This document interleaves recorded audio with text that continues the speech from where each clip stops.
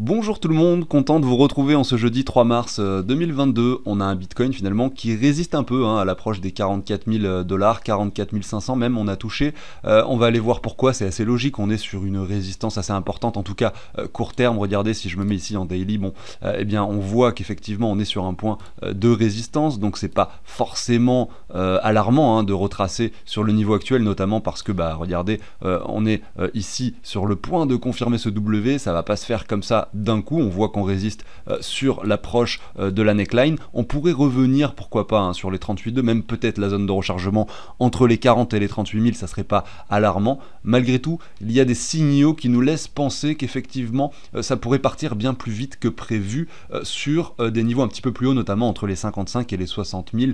On va discuter de tout ça aujourd'hui dans l'émission.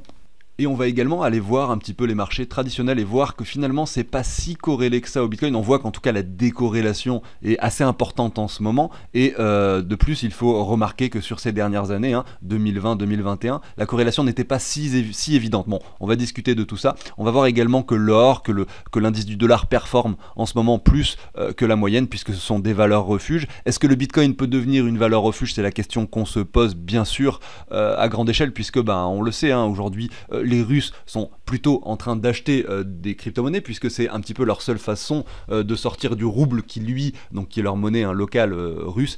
Et le rouble perd énormément de valeur en ce moment en vue des sanctions économiques infligées par l'Occident sur la Russie. Donc c'est vrai que pour eux, la solution la plus facile finalement, pour acheter du dollar par exemple, est d'aller se connecter à un échange de crypto-monnaies et d'acheter de l'USDT ou de l'USDC ou de l'UST, les stablecoins que l'on connaît. Et également pour les Russes qui sont assez joueurs, pourquoi pas acheter des crypto-monnaies pour essayer de compenser la perte qu'ils viennent de subir sur la valeur de leur monnaie fiduciaire. Donc voilà, ça va être la première partie de l'émission, et la seconde partie, comme d'habitude, on va la consacrer aux altcoins et aux crypto-monnaies potentiellement intéressantes aujourd'hui, notamment en allant voir un petit peu ce que vous m'avez mis dans les commentaires comme d'habitude, voir les crypto-monnaies qui pourraient, selon moi, j'en ai sélectionné quelques-unes, qui pourraient performer. On jettera un œil également à KNC qui, lui, crypto-monnaie dont j'avais parlé déjà depuis septembre, notamment au travers de ce qu'on appelle le launchpad de Crystal, sur lequel on pouvait stacker du KNC pour pouvoir participer à des launchpads de projets. Donc j'en avais une certaine somme. Je vois qu'aujourd'hui il commence enfin à performer après de longs mois finalement de stagnation où il ne se passait strictement rien sur le token KNC, donc de Kyber Network. Donc on va également aller voir son graphique et essayer de voir quelles sont les targets intéressantes, les niveaux sur lesquels le KNC pourrait performer à l'avenir. Pensez à l'abonnement, au like si le contenu de la chaîne vous plaît. Vous pouvez également activer la petite cloche pour pas manquer les émissions quotidiennes. Je vous passe l'introduction et je vous dis à tout de suite.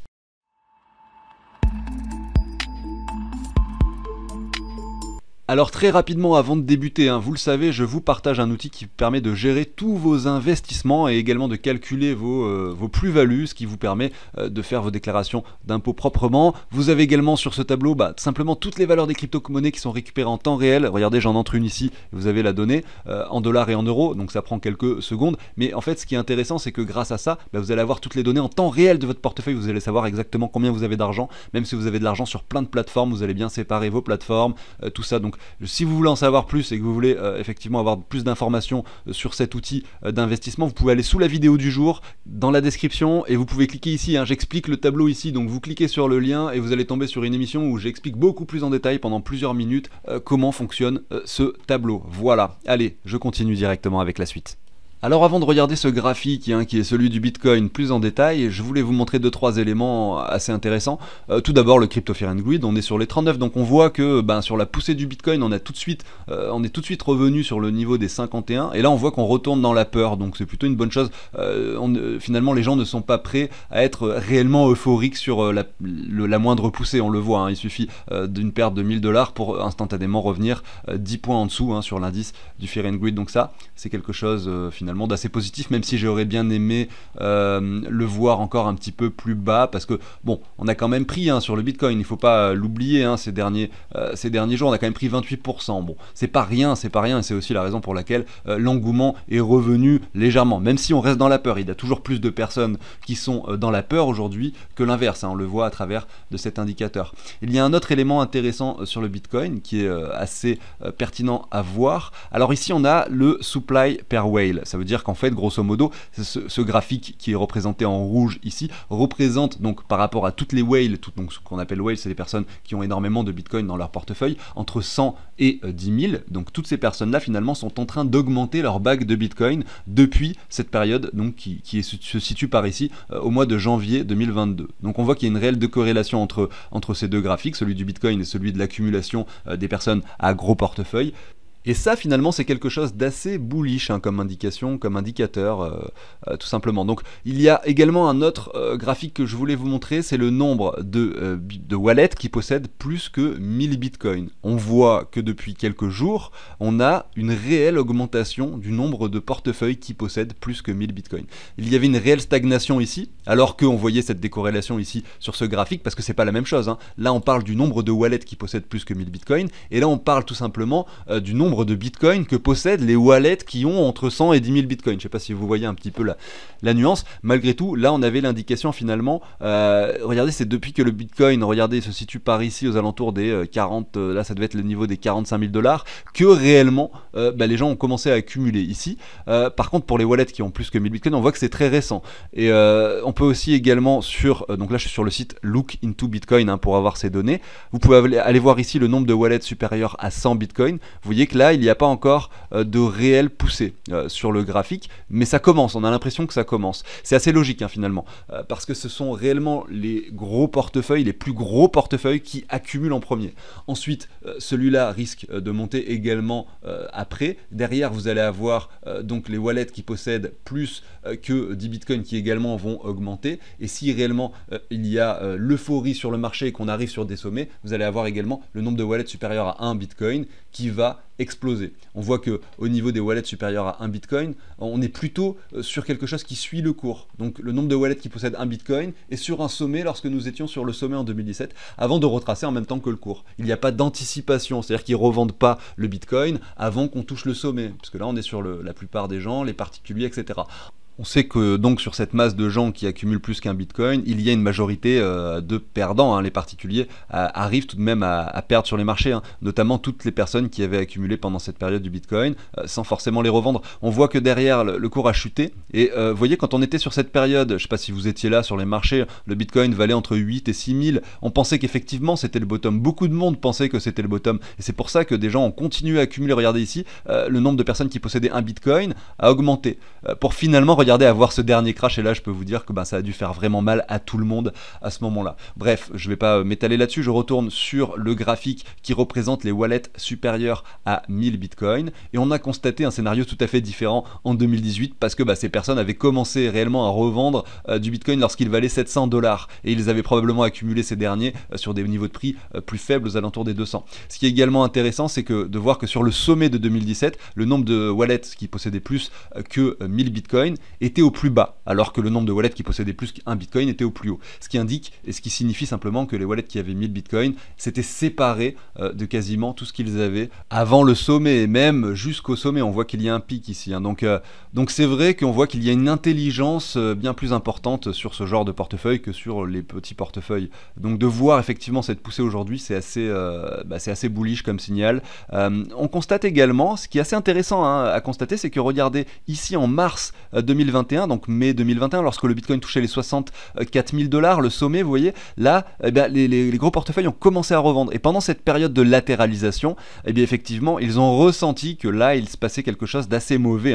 Et regardez, le nombre de bitcoin à 1000 portefeuilles est passé de 2500 à approximativement 2200. Donc là, ils ont également, ces personnes-là, pu revendre et se séparer de leur bitcoin au bon moment. Donc c'est assez intéressant de regarder ce genre de graphique et ce genre d'indications. Psychologiquement parlant, c'est très dur de vendre des sommets, et ça se voit, même eux n'y arrivent pas. On l'observe sur le graphique que c'est très difficile, même pour ces personnes très influentes avec énormément d'argent, de revendre le sommet. C'est pour ça qu'ils le font par palier, qu'ils le font intelligemment, et qu'ils le font également généralement beaucoup trop tôt.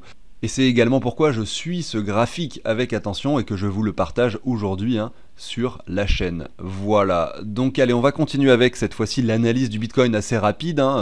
Comme je le disais tout à l'heure, on observe ce W finalement ici, qui n'est pas confirmé, donc c'est pas une structure à prendre en compte encore aujourd'hui, mais ça le sera peut-être très prochainement si jamais on arrive à clôturer ici en daily au-dessus de ce niveau des 44 500 $. Si on se positionne en weekly, on observe que là, si on clôture dimanche sur les niveaux actuels, le W en weekly est déjà confirmé. Donc ça c'est également quelque chose d'assez intéressant à constater. On sait que les time frames supérieurs, donc par exemple weekly, monthly, ont plus d'importance et ont plus de pertinence que les time frames inférieurs, que ce soit du daily, du 4 heures, bien sûr. Donc vous le savez, sur ce bull run que l'on vit depuis début 2000, fin 2020 on va dire même, on a cette target nous qu'on a identifié sur la chaîne. Est-ce qu'on va l'atteindre? J'en sais rien, mais effectivement il y a beaucoup d'indications qui me font penser qu'effectivement on pourrait l'atteindre, à savoir que de toute façon il y a des paliers sur lesquels je prendrai des profits avant ce niveau là. Alors j'en ai mis 4 effectivement, je vais pas prendre 4 paliers de profit. Dans la réalité des faits, moi ce que je ferai probablement avec mon portefeuille, si jamais, attention, si jamais ça se passe comme je l'entends ici,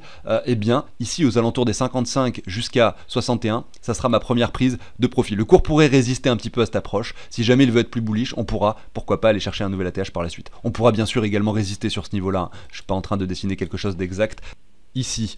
Si on reste sur la perspective ici long terme du graphique weekly, on voit qu'on est toujours sur la partie basse du range que l'on a à l'écran. Donc ça reste potentiellement toujours des niveaux intéressants. Beaucoup moins qu'il y a quelques jours lorsque nous étions sur les 34 000, bien sûr. Malgré tout, si jamais dimanche on clôture sur les niveaux actuels, je pense qu'il y a une configuration bullish qui se dessine et un investissement reste toujours viable et envisageable. Malgré tout, attention, attention, peut-être que nous n'allons pas faire des performances comme celles que l'on a connues fin 2020, 2021, regardez, avec des 500%. Bien sûr, une réelle prise de valeur s'est déjà opérée. Est-ce qu'aujourd'hui on peut encore faire 500%, ce qui nous amènerait sur les 280 000 $ en 2022? Bah non, je ne pense pas honnêtement. Après, libre à vous, enfin je pense que la probabilité que ça arrive est très très faible, parlons probabilité, la probabilité que ça arrive est très très faible, et donc ça serait risqué finalement d'aller investir aujourd'hui pour essayer de spéculer sur du court terme et essayer d'avoir un objectif de revente en dessus par exemple de 200 ou 250 000 $. Ça serait vraiment pas une bonne idée. En revanche, si vous spéculez sur un prix à 280 000 $ dans les 10 ans à venir, et donc que vous faites un investissement beaucoup plus long terme, là vous avez une viabilité, une pertinence plus intéressante dans votre choix d'investissement. Donc tout est à remettre à son échelle en fonction des choix que vous voulez faire par rapport à vos investissements, en fonction de la période de temps, l'échéance finalement de votre investissement. Est-ce que vous faites du moyen, du court terme, du très court terme, quelle est la somme que vous voulez mettre en jeu, quel pourcentage ça représente par rapport à votre portefeuille, etc. Tout ça c'est des choses qu'il faut bien cerner avant d'investir. Voilà. Je vais vous coller à côté du Bitcoin simplement le graphique du SP500 pour vous montrer que la corrélation entre les deux n'est pas si évidente finalement, même au vu de ces dernières années. Je me mets ici, regardez, je commence avec l'année 2020 ici également. On voit donc effectivement qu'en 2020, le SP500 à partir de mars a pris énormément de valeur après le crash Covid. Le crash Covid sur le Bitcoin était ici, donc le Bitcoin certes a performé, mais beaucoup plus que les marchés traditionnels. Jusque-là, rien d'anormal puisque c'est un marché beaucoup plus volatile. À partir finalement du mois d'avril 2021, le Bitcoin a touché un sommet. Ça se trouvait ici, donc ici, là, voilà, sur le SP500. Derrière, un réel retracement s'opère sur le Bitcoin. Donc on a un moins 50% sur le Bitcoin, on a une petite chute ici, effectivement, sur le marché traditionnel, mais rien d'alarmant en revanche. Donc là, il y a quelque chose qui n'est pas franchement corrélé. Derrière, on a un Bitcoin qui performe, ici jusque-là, donc qui revient sur un ATH. Donc l'ATH finalement se situe, si on reprend ceci, voilà, exactement à ce niveau-là. Donc on voit qu'il y a quand même une correspondance, mais malgré tout, c'est pas tout à fait le même graphique que vous avez à l'écran, vous pouvez l'admettre. Là derrière, on a ce crash qui s'opère. Donc là, ce crash, regardez, jusqu'à ici. Donc là sur le Bitcoin, je vais peut-être le mettre d'une autre couleur, mais toute cette partie-là que je viens de dessiner sur le Bitcoin, je vais vous la mettre par exemple en jaune, et bien ça correspond sur le graphique du SP500. Alors je vais essayer de le faire correctement comme ceci. Tac, je vais prendre la chute en fait, à partir du début de la chute jusqu'au milieu de la chute. Voilà, en fait on avait vraiment cette partie là. Donc pendant toute cette période là où le Bitcoin a commencé à chuter, donc il a touché un ATH et il a commencé à chuter et à perdre 26% de sa valeur, on avait un SP500 qui pendant cette période a stagné à même prix 2 ou 3%. Donc effectivement il n'y avait pas de corrélation. La corrélation elle est intervenue après. À ce moment là, voilà, là le Bitcoin continue à chuter, le SP500 également. Peut-être que si le SP500 n'avait pas chuté à cet endroit là, peut-être que le Bitcoin se serait arrêté par ici pour performer directement. On voit que là il y avait cette corrélation. Donc elle n'est pas toujours évidente évidente cette corrélation. Aujourd'hui, on a une stagnation du marché traditionnel. Malgré tout, on voit ici un nouveau bottom sur le marché traditionnel. C'est pas le cas sur le Bitcoin, parce que ici, regardez, on a un W qui s'installe. On n'a pas une même configuration, on n'a pas une configuration graphique similaire. On a un Bitcoin qui semble se reprendre assez rapidement ici, en confirmant en plus le W qu'il est en train de former, alors que le SP500 est encore à la ramasse aujourd'hui, même si on voit qu'on a l'impression qu'on pourrait commencer à imaginer un retournement. Donc voilà, il ne faut pas se dire que si on a un SP500 qui crache ou qui stagne, forcément le Bitcoin va également stagner. Vous voyez, ça peut très bien se décorréler, et on voit que c'est même ce qui est en train de se produire actuellement. Et on voit également que la corrélation n'a pas toujours été optimale entre les deux depuis sur ces 2 dernières années que je viens de vous montrer. Alors est-ce que le Bitcoin va devenir une valeur refuge? Bah ça c'est possible, c'est ce que l'on espère tous. On voit que l'or lui est en train de reprendre de la valeur, vous l'avez à l'écran ici. On voit également que, regardez, le gaz, donc le pétrole, excusez-moi, est également en train de reprendre énormément de valeur. Alors on va se mettre en monthly pour voir mieux ce graphique. Donc c'est une valeur refuge, voilà, le pétrole c'est une valeur refuge. Vous avez également le DXY, donc l'indice du dollar, forcément qui reprend beaucoup de valeur, puisque aujourd'hui, regardez, je vais me mettre mon weekly là par contre, voilà, on va zoomer un peu, on voit que là nous étions, regardez, en janvier 2021, donc c'était il y a 1 an approximativement, on était vraiment sur un point bas sur le dollar, on voit que le dollar se reprend, on revient finalement sur cette zone de rechargement de short, regardez située ici, là on est en train de la toucher, donc on est sur un point de résistance potentiellement sur l'indice du dollar. On avait souvent dit que si le dollar prenait énormément de valeur, ça allait sentir mauvais pour les actions et le Bitcoin. Bon on a vu le Bitcoin chuter ces derniers temps, aujourd'hui il se reprend avec l'indice du dollar qui en plus arrive sur une zone de résistance. Donc voilà, tout ça c'est de bons présages peut-être pour ce début d'année 2022. On sait que l'hiver généralement c'est assez rude, notamment pour les marchés, et qu'au mois de mai généralement on est sur au niveau historique, je parle, on est plutôt sur des niveaux beaucoup plus intéressants, comme le dicton le dit. Achète en hiver et revend en mai. Voilà, est-ce que ça va se vérifier cette année 2022? Bon, et j'imagine que ça ne s'est pas vérifié toutes les années, c'est sûr, mais malgré tout, c'est quelque chose d'assez récurrent et on verra ce qu'il se passe. On va enchaîner avec l'analyse de KNC. Alors, je voulais faire un tour avant de regarder KNC également sur l'altcoin dominance. Alors, non, je vais retourner sur le graphique ici, je vais me remettre comme ceci. Je ne l'avais pas préparé à l'avance, l'altcoin dominance. Je viens de le décider comme ça, donc désolé pour ça, divisé par BTC. Donc pour trouver l'altcoin dominance, vous faites total 2, vous mettez le signe divisé et vous marquez BTC USD. Ensuite vous cliquez sur et ensuite vous faites entrer. Voilà. Pour ceux qui ne savent pas, il y en a beaucoup qui me demandent comment on fait pour afficher ce graphique de l'altcoin dominance. On voit qu'effectivement on est encore en train de chuter, et si je me mets en daily, on a des altcoins qui continuent à perdre de la valeur par rapport au Bitcoin, sauf depuis ces 2 derniers jours, mais bon, on voit que là il suffirait pourquoi pas de revenir chercher si on se met une ligne comme ceci, la ligne à cet endroit là, ça doit représenter, j'ai l'impression sur le graphique, approximativement les 38,2. Si je mets le Fibo,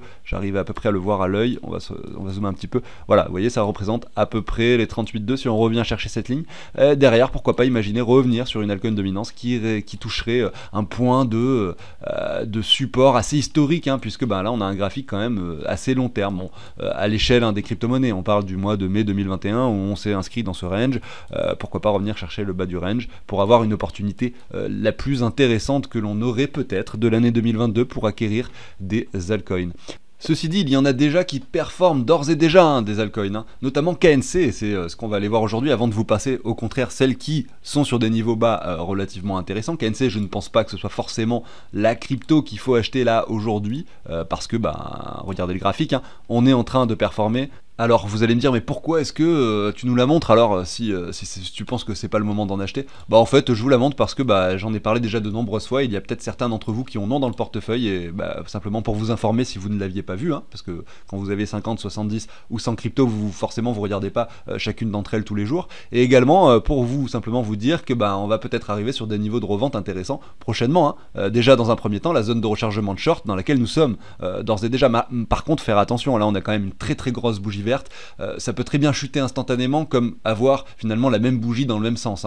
Donc revenir pourquoi pas sur les 3 ou même faire un ATH, c'est également possible. Donc que faire finalement? J'en ai aucune idée. Peut-être prendre une partie de ses profits sur la zone actuelle reste pertinent au vu de tout simplement de la hausse de ces derniers jours. Après vous pouvez toujours essayer vraiment de miser sur un ATH, ça pourrait arriver assez rapidement. On peut essayer d'identifier les targets, les zones les niveaux qui pourraient être intéressants à la revente sur du plus long terme. Alors j'enlève le Fibo précédent, on voit qu'on a 100% de Fibo au 4,16$. Derrière, vous avez les 161,8 ici au 6$ et vous avez les 261,8 au 9$. Et après, si vraiment ça devient quelque chose d'extrêmement bullish, vous avez les 13,76$ qui peuvent faire office de résistance. Malgré tout, j'ose espérer que vous revendriez vos KNC bien avant et que si jamais on arrive jusque là, que vous ayez plus que 10% dans le portefeuille. Hein. Il faut pas non plus jouer le diable. Si vous gardez toutes vos cryptos, tous vos KNC en vous disant ouais, je vais aller chercher les 13$ et que finalement, eh bien, on vient faire une mèche, regardez ici, aux alentours des 6$ pour retracer instantanément aux 2, vous allez être déçu finalement de ne pas avoir commencé à prendre des profits sur des niveaux qui étaient réellement pertinents avant, vous voyez.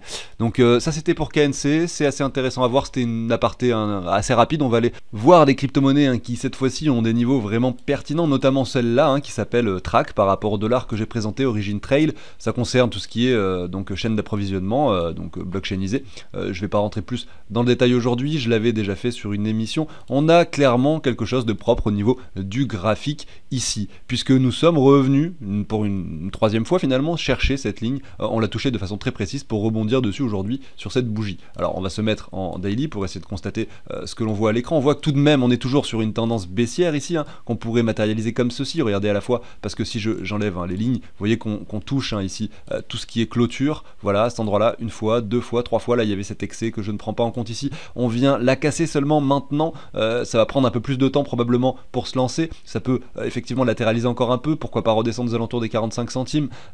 Effectivement, si par contre on vient casser cette ligne par le bas, donc si je me remets en weekly, comme ceci, donc attendez, hop, comme ceci, voilà, si on vient casser cette ligne de support par le bas, là ça signalerait quelque chose d'un peu moins bullish sur Track, donc il faudra surveiller bien sûr ce qu'il se passe. Malgré tout, après une chute pareille, après un token qui a touché, regardez ici, les 3,50$, à ce moment-là, lorsque le token était ici, il a été listé sur la plupart des gros exchanges, et c'est bien sûr juste après qu'il a énormément crash, en même temps que d'ailleurs le Bitcoin et la plupart des cryptos, pour revenir sur un prix qui aujourd'hui est beaucoup plus acceptable. Aujourd'hui, on voit qu'il n'y a pas d'euphorie, on voit qu'on commence à latéraliser, qu'on touche un point de support, et bien sûr, c'est ce qu'on recherche pour investir de façon générale.